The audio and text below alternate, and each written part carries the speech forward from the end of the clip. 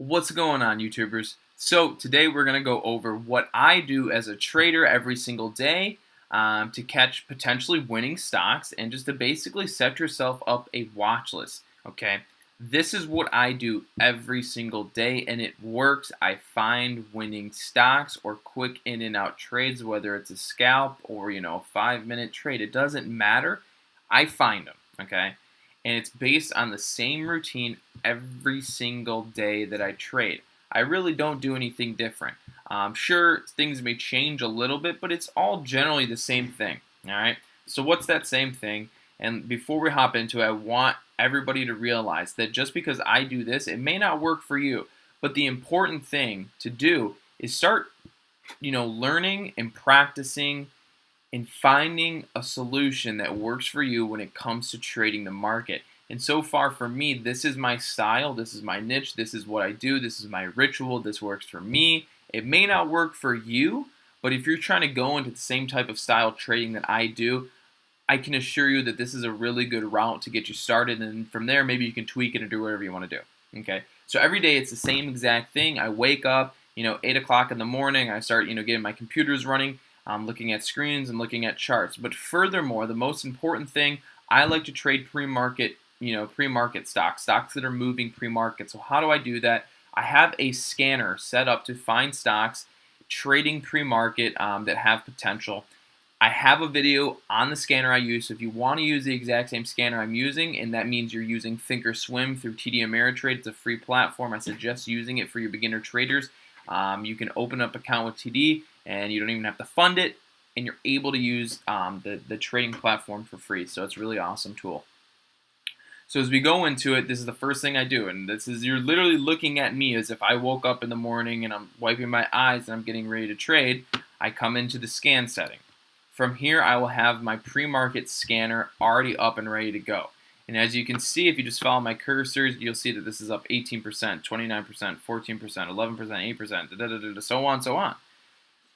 The scanner searches for stocks that are up so high on percent, you're trading on at least, a minimum volume, and they're finding stocks in between 30 cents and $5. That's my particular price range I like to search for. Yours may be different, but I have a video on the pre-market scanner. It is on my YouTube channel. If you go to instructional videos, you can find it if you haven't already seen it. And this will allow you to start doing the same thing I'm doing essentially. We come in the morning for pre-market. We start scanning. Then we'll get a list of stocks. And sure, you're going to get stocks that are dog crap and aren't going to do anything. But we're looking for stocks primarily. I'll put this as simple as I can. We're looking for stocks in pre-market trading that are going up by a certain amount of percent. It could be 5%, it could be 10%, it could be 20%. Whatever percent they're going up, fantastic, that's great. But primarily, we're looking to see, is the stock going up on news? Is it going up on a technical breakout or some type of technical pattern? Or is it just simply going up out of nowhere? So first we want to see, is it going up and why is it going up? Is it going up based on news? The best plays for pre-market breakouts and stuff like that are usually the plays where the stock is gapping up pre-market on a news, a catalyst. They just had a new product release. They just crushed their earnings. I don't know, this company just saved the president's life. Whatever it may be, we want to see news-related moves. All right. Now, we have that covered, so we look for news. Then secondly, we want to see what kind of volume the stock is trading on. Like we said before, stocks don't move. Stocks just don't move because they want to move. People make stocks move, okay? People are the stock market. The company practically is nothing. People make the market move. Remember that. People make the market move. So you need to have volume on these stocks in order for them to move, okay? And the more volume we have, the better the chances are to see that anticipated follow through. If there's a bull flag pattern setting up or a pullback setting up, the better the chance we're going to get that follow through if the stock is trading on a high volume. So we have, are the stocks gapping up? How high of a percent are they up? What's the price? Obviously, all these things have to meet your criteria. And then we see, is it gapping up on news? Okay, so when we say gapping up, we just mean the price is jumping up, kind of exponentially from the previous day in pre-market trading. So now we have our news. we have our volume, and then we look, is the price of that stock holding its highs? And I'll go over all this as soon as I open up the chart, and then we'll hop over. So we go into our scan and we're looking at, a list of stocks, right? And now I'll hop over and I'll show you. So first, every day we open up the pre-market scan, we go in, we get a list of stocks, and again, it's good. Have a journal, have some type of thing where you can write your notes on. I mean, if I go through this, you will see that every single day there is just a different list of a bunch of notes and all the things that I'm looking for in the particular stock. So that I just have them jotted down. Have a game plan. Have something. You need something. You can't just store it all in your head. You'll forget it all if you're looking at a bunch of stocks. Okay. So once we got our scan built and we got a list of stocks that we're interested in looking at, then we can go ahead and hop into the chart. And for example, RADA was a perfect, not perfect. Could have seen more follow through, but it was an easy play today. All right, easy play today. And this is exactly what I'm talking about. Remember I said we're looking for stocks gapping up pre-market. Well, this is a perfect example. You see the stock was resting at about $1.95 on the previous day yesterday. Coming into pre-market trading, you'll see that this thing was up about, 15%, 16%, right around there, up about 15, 16% pre-market. Now, if we zoom in a little bit, it makes it a little bit easier on your eyes, okay?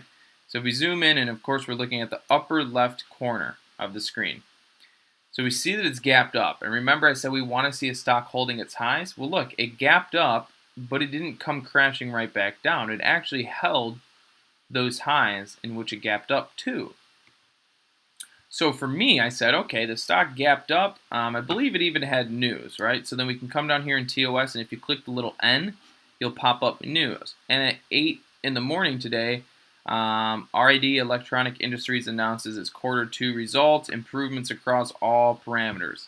Another RAD Electronics Industries. So there's a bunch of news out on it this morning, and that could have been driving up the price a little bit pre-market. So first we have our news, and then we go ahead and you can just let me move this down a little bit.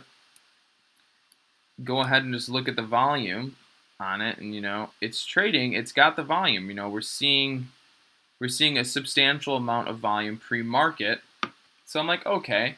So an easy go-to play that I always do, right? And if the stock is meeting my criteria, I will say the stock is gapping up. It has volume. It has some recent news. We can simply look for a break above the pre-market high, which is right about there. And just that, if you were just to play the break of the pre-market high, you could have got in. You could have got in right at about 225 and rode up to 235 for a 10-cent gain, which is about 4 or 5%. Sure, it wasn't that big, but enough of those and you'll become a really profitable trader. Okay, you could have got in a little bit before that, if you got in an opening bell, but I don't always like to get an opening bell. I like to play the break of the pre-market high.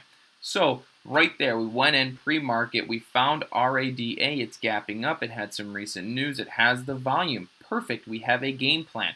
Now we look. Is it holding its highs? It's holding its highs. So now we can say, hey, we're going to play a break above the pre-market high, a quick in and out. As soon as it breaks above the pre-market high, we get in a position and we ride it out until we see any signs of downtrend, whether that's level 2, a candle where there, it was a doji, or that starts to turn red, buying pressure, volume drops, all these things. Until we get a sign that it's time to get out, we'll take off, okay? So that's what I do every single day. I go in pre-market, I find the stocks that are moving, and like I said, if you want my pre-market scanner, it's on my channel. You go ahead and use it. I promise you, I find very, very good stocks to play. These are the same stocks that, tons of people are playing, So that's basically it. We go in pre-market, we find the stocks. If you want my scanner, go grab it on my channel. Then we look for the stocks gapping up. What kind of percent are they up? Are they holding their highs? And then we go in and we get a game plan going. We say, hey, the stock isn't so far from, its pre-market highs. We could play a break above its pre-market highs. Or, you could find a good support area, which would have been right about here. You could find a support level and say, hey, if this stock comes down, we could get a bounce play somewhere off, the support area, which it didn't happen today. It actually went below and it bounced off the 100-day moving average. So even if you played the bounce off the 100-day moving average, you could get in around $2.08, and you could erode it all the way up to about 224. Another good play there. That's a 16-cent move. Okay.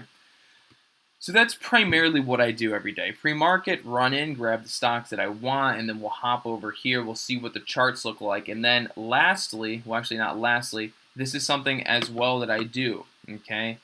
Pre-market, I will hop on FinViz. All the stocks that I look at to trade in the morning, I will hop in on FinViz and I'll take a look at the information, okay? Because on TOS, it does not actually provide you with, a short float or a share float, the outstanding float. So I will come into FinViz and I will come and quickly take a look and say, hey, this stock has only a short float of 86%. Possibility for a short squeeze, very, very low. There won't be one. Never mind. There's not going to be a short squeeze with only 86% or a 0.8%, not even a 1% short float interest. Secondly, I'll look and say, hey, it's got an 18 million share float.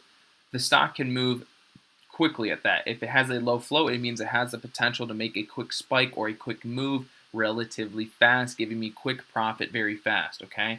So to wrap it up, pre-market, use my scan, find stocks that are gapping up, holding that high price level in which they gapped up to. They have good volume. They hopefully have some type of news catalyst. All right, great. It met all those. Let me hop over to FinViz just to give me a little extra edge. What is the short float? Okay, is the short float high, maybe 20, 30%? Might make me a little iffy. If 30% are interested in shorting the float, 30% has a 30% short float interest, that means a lot of people are looking to short the stock, and when you're shorting a stock, you're hoping it's going to go down. So that could make me a little bit nervous because there is such a high short float interest. Doesn't mean it can't be a good long play.